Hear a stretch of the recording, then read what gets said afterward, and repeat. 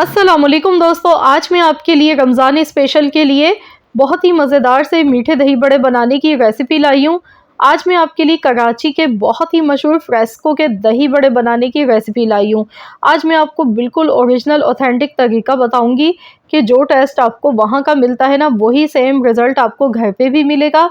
बहुत ही मज़ेदार बनेंगे ये दही बड़े, और इसको किस तरह बनाया जाता है, कौन से मसाले इसमें इस्तेमाल किए जाते हैं और कौन सी ऐसी ट्रिक्स होती हैं जिनकी वजह से ये दही बड़े बहुत ही मुनफरिद बनते हैं। तो चलिए देख लेते हैं, तरीका जान लेते हैं। तो यहाँ पर सबसे पहले चीज़ जो हमें चाहिए वो है मूंग की दाल।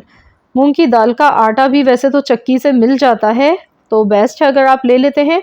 अगर नहीं है आपके पास मूंग की दाल का आटा, तो फिर आपने क्या करना है, मूंग की दाल लेनी है और हम इसे घर में ही पीस के इसका पाउडर बनाएंगे।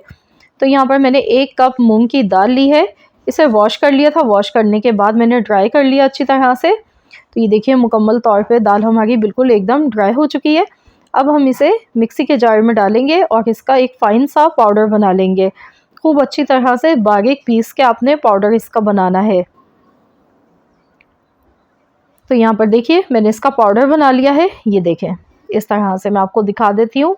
इसमें दाना नहीं होना चाहिए, बिल्कुल फ़ाइन सा पाउडर इसका बनाना है। तो चलिए इसे हम बाउल में निकाल लेते हैं। और अब इसमें मैं हल्दी पाउडर डाल रही हूँ 1 चुटकी के बराबर। नमक भी 1 चुटकी के बराबर डालना है, बिल्कुल थोड़ा सा नमक डालिएगा। साथ ही में आधा टीस्पून अजवाइन डालनी है। इससे फ्लेवर बहुत अच्छा आता है और डाइजेशन में भी मदद देती है, फ़ायदेमंद होती है। तो यहाँ पर अब मैंने 1 कप पानी ले लिया। 1 कप मूंग की दाल ली थी, 1 कप पानी यहाँ पर लिया है। और एकदम सारा पानी नहीं डालेंगे, थोड़ा थोड़ा मिक्स करते जाएंगे और इसका हमने एक बैटर तैयार करना है। यहाँ पर मैं आपको एक दफ़ा और बता रही हूँ दोबारा से, ताकि आप लोग बिल्कुल गलती ना करें। नमक बिल्कुल थोड़ा सा चुटकी के बराबर डालना है आपने। अगर नमक आपने अकॉर्डिंग टू टेस्ट आपने डाला, ज़्यादा डाल दिया, तो फिर ये दही बड़े जो आपके हैं ये बिल्कुल भी अच्छे नहीं बनेंगे। इसमें नमक बिल्कुल बराए नाम डलता है।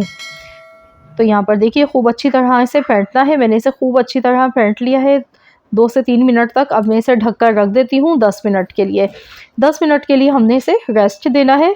तो चलिए अब हम जब तक कि इसका दही तैयार कर लेते हैं। तो यहाँ पर दही बनाने के लिए मैंने 2 कप दही लिया है और इसे मज़ीद और थिक करने के लिए मैं इसमें डाल रही हूँ 1 पैकेट क्रीम का। 200 ml वाला मैंने पैकेट लिया। क्रीम डालने से इसका जो दही है ये बहुत ही क्रीमी सा इसका टेक्सचर बन जाता है और बहुत ही अच्छा बनेगा ये। अब इसमें हस्बे ज़रूरत मैंने चीनी ऐड कर दी है। तो चलिए इसे भी खूब अच्छी तरह से हमने मिक्स करते जाना है। आप यहाँ पर चाहें तो चीनी को पीस कर भी ले सकते हैं, पाउडर शुगर का इस्तेमाल कर सकते हैं, ताकि जल्दी से इसमें मिक्स हो जाए। तो इन दोनों चीज़ों को अच्छी तरह से मिक्स कर लेंगे। अब यहाँ पर हम देख लेते हैं। ये देखिए ये बैटर हमारा तैयार हो चुका है। 2 चुटकी के बराबर इसमें बेकिंग सोडा जाएगा। बेकिंग सोडा डालने के बाद इसकी अच्छी तरह से मिक्सिंग करनी है। 1 से 1.5 मिनट तक आपने इसे अच्छी तरह से मिक्स करते जाना है। ये देखिए इस तरह से जैसे ही आप इसकी मिक्सिंग करेंगे तो ये फ्लफ़ी सा होना शुरू हो जाता है। इस तरह का देखिए ये बैटर हमें चाहिए। ये देखें कितना फूल गया है ये। तो बस अच्छी तरह से देखिए मैं इसे फेंटती जा रही हूँ 1 से 1.5 मिनट तक। खूब अच्छी तरह इसकी मैंने मिक्सिंग कर ली है। अब एक बाउल में मैंने पानी यहाँ पर ले लिया है और इसमें डाल देंगे हम थोड़ा सा नमक। आधा चम्मच मैंने नमक शामिल किया है और इसे अच्छी तरह से मिक्स कर लिया है। ऑयल देखिए यहाँ पे हमारा गर्म हो चुका है। हाथ से हम इस तरह चेक करेंगे, हीट आ गई है हाथ पे, लेकिन अभी ज़्यादा हीट नहीं है। लेकिन हम पहले एकदम सारे पकौड़े इसमें नहीं डालेंगे, पहले हम एक डाल के चेक कर लेंगे। तो ये देखिए अभी ये तेज़ गरम नहीं हुआ है ऑयल, अभी हल्का गरम है, मीडियम गरम है। तो इसलिए मैं इसमें मज़ीद और पकोड़े अभी नहीं डालूँगी। थोड़ा सा ऑयल को हम मज़ीद और गर्म होने देते हैं, क्योंकि अगर हम इसे थोड़े ठंडे ऑयल में डालेंगे तो ये सही से फूलेंगे नहीं। ये देखिए एकदम झाग बनने लगे हैं ऑयल में, और पकोड़े जैसे हम डालते जाएंगे ये ऊपरी सतह पर आते जाएंगे। ये इसकी पहचान है कि ऑयल हमारा सही से गर्म हो चुका है। तो अब यहाँ पर आप अपनी मर्ज़ी से छोटे बड़े साइज़ की जैसे पकोड़े आपने बनाने हो वैसे ही आप बना लें। मैं थोड़ा छोटे साइज़ के बना गई हूँ, जिस तरह के मिलते हैं बाज़ार से, मैं सेम वैसे ही बना गई हूँ। तो बस अब हमने इन्हें अच्छी तरह से गोल्डन कलर आने तक फ्राई करना है। तो ये देखिए माशाल्लाह कितने ये फूल कर डबल हो चुके हैं अपने साइज़ से। ये देखें, बस गोल्डन कलर आने तक अच्छी तरह से इन्हें फ्राई कर लेंगे। ये देखिए माशाल्लाह बहुत ही ज़बरदस्त पकोड़े बनके ये तैयार हुए हैं। तो यहाँ पर देखिए मैंने इन्हें अच्छे से फ्राई कर लिया है। अब हम इन्हें निकाल लेते हैं। और इनकी ख़ास बात एक ये भी है कि ये बहुत ज़्यादा ऑयल को एब्ज़ॉर्ब भी नहीं करते हैं। इस तरह से आप इन्हें बनाकर पूरे रमज़ान के महीने के लिए एक बार बनाकर आप इन्हें किसी भी ज़िप लॉक बैग में डालकर आप इन्हें फ्रिज में रख सकते हैं। और पूरे माह रमज़ान के महीने में आप टेंशन फ्री रहेंगे, रोज़ रोज़ आपको नहीं बनाने पड़ेंगे। सिर्फ़ आप दही तैयार करें और उसमें ये फुल्कियाँ डालें और मज़े से इंजॉय करें। इस तरह ये होता है रमज़ान में, अगर हम ये छोटे छोटे से काम पहले से कर लेते हैं तो हमें इबादत करने का ज़्यादा से ज़्यादा टाइम मिलता है।